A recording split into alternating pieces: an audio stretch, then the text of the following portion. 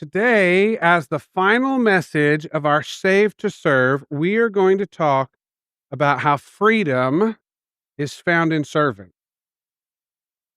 Now, you hear that statement and it sounds counterintuitive, doesn't it? True freedom can be found in service. We, as Americans, or even just as people on the planet, we might have a tendency to think of freedom as the obligation, the absence of obligation, the ability to do whatever you want, right?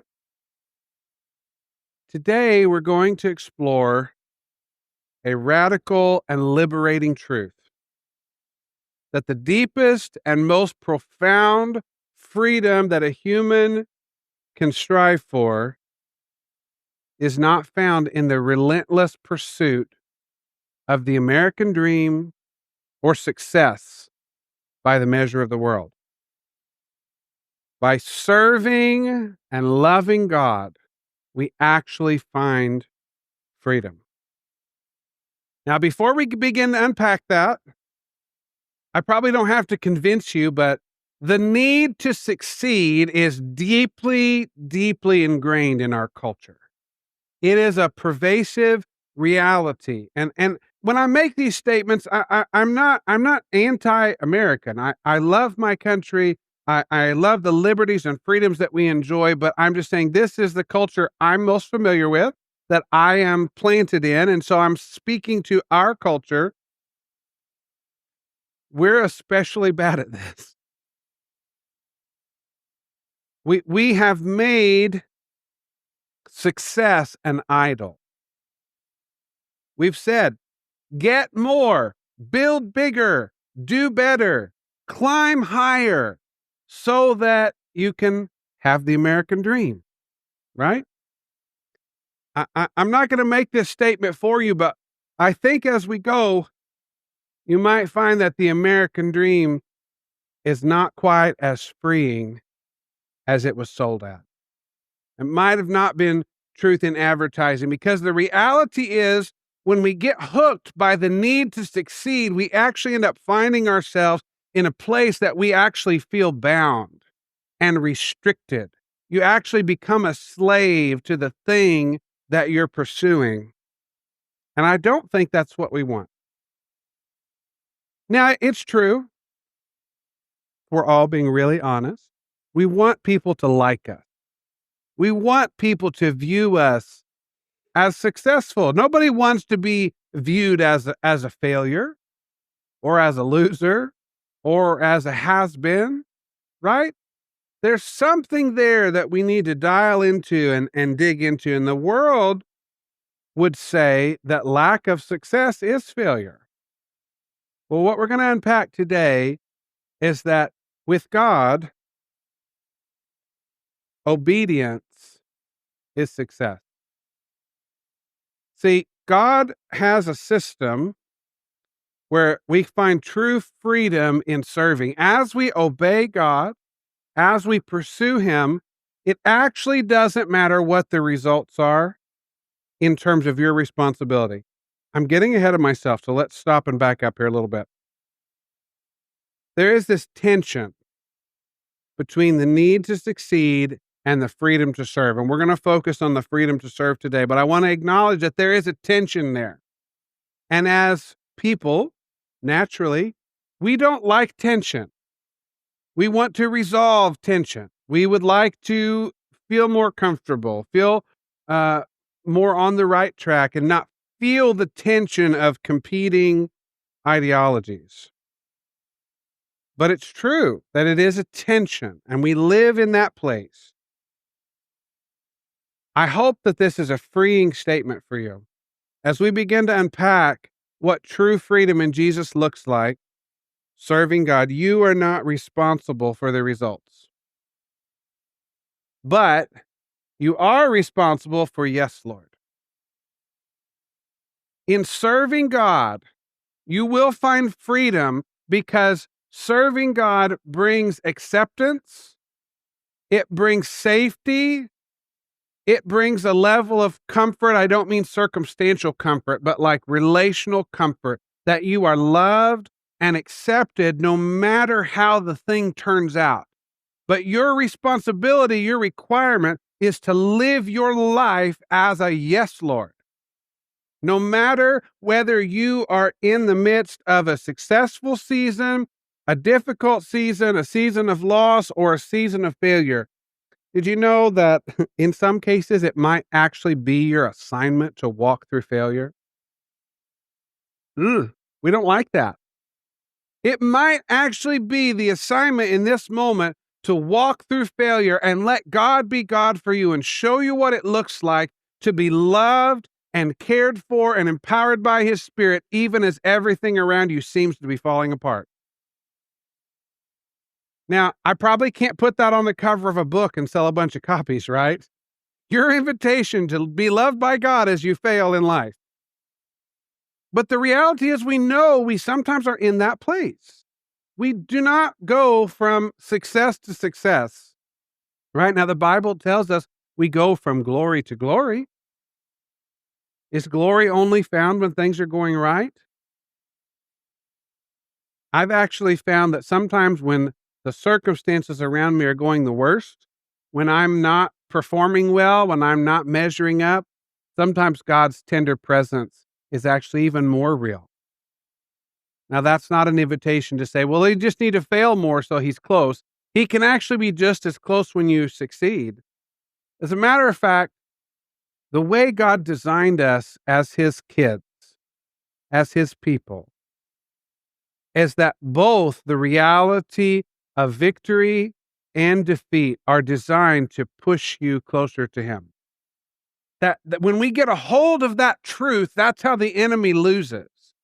Because the enemy, and unfortunately, he's sometimes right, that if he can just get us distracted with the places where we're coming up short, where we don't feel like we're performing well, and if he can convince us that that is removing us from God, then he's got us cornered. But when we begin to realize God is an unchangeable force of love that is not basing His love towards you on your performance. Whatever, we all have different spheres of influence and are in different places in our life.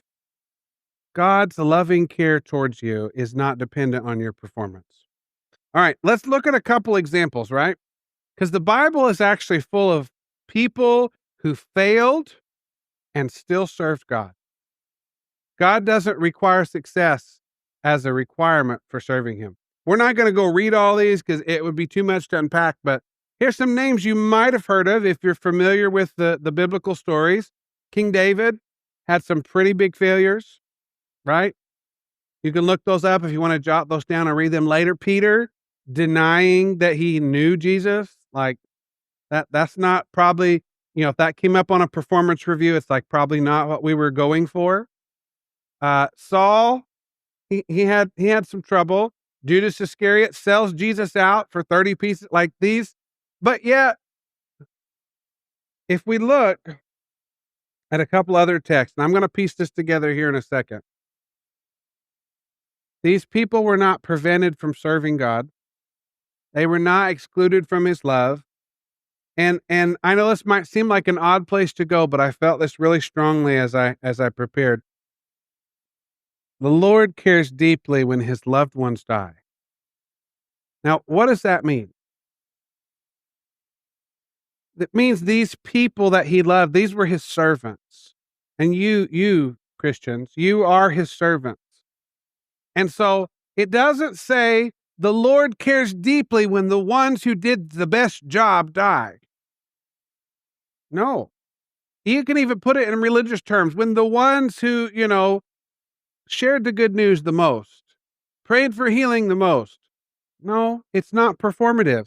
The ones He loved, the ones who served Him, who are in relationship with Him, the Lord cares deeply about that. The Lord cares deeply about you. And if you're beginning to latch on to what I'm driving at, there's freedom in that truth. If you begin to realize that your performance is not the determining factor of your relationship with Jesus, you actually get free from performance, which coincidentally in turn often means we actually perform better from a place of freedom, from a place of acceptance. Let's go all the way to the other end of the book and look at something else in Revelation 6. Now, I know I'm going to Revelation, but we're not unpacking all of this, but I have a point. Revelation 6 verse 9, when the Lamb broke the fifth seal, I saw under the altar the souls of all who had been martyred for the word of God and for being faithful in their testimony. Did you know you can be faithful in your testimony whether your endeavors succeed or not? They shouted to the Lord and said, O sovereign Lord, holy and true, how long before you judge the people who belong to this world and avenge our blood for what they have done to us? Then it says in verse 11, a white robe was given to each of them, and they were told to rest a little longer until the full number of their brothers and sisters, their fellow servants of Jesus, who were to be martyred, had joined them. You see, now we don't like to think about this because we live in the land of the free and the home of the brave, and we don't see religious persecution to the degree that we do in other places around the globe. But the reality is, if we're brutally honest, brothers and sisters who have been killed because of their faith by the world standards were a failure. Because they could have done more, right? The world says the enemy won.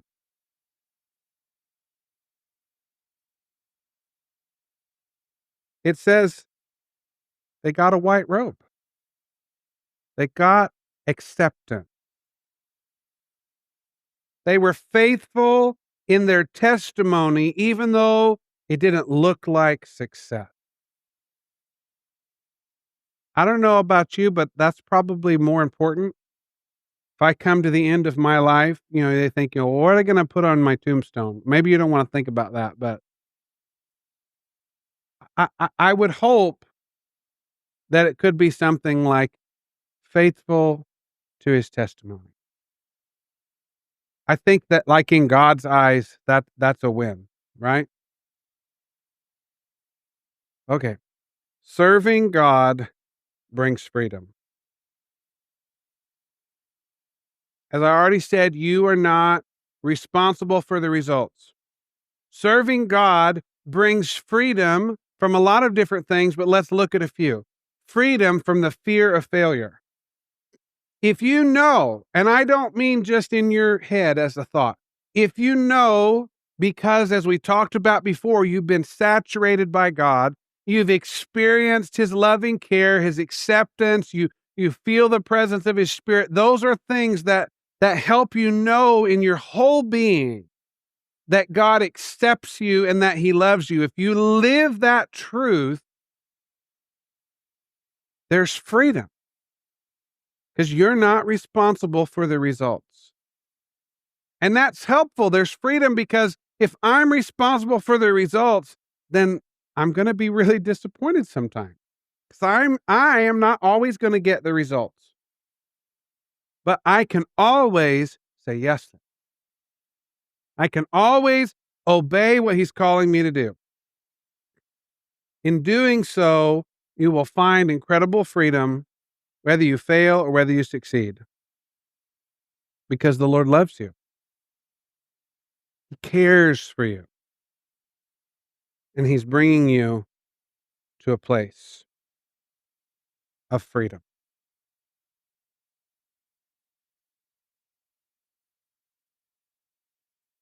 One more scripture real quick. This is in Proverbs 29. This is part of that fear of failure. It says, fearing people is a dangerous trap, but trusting the Lord means safety.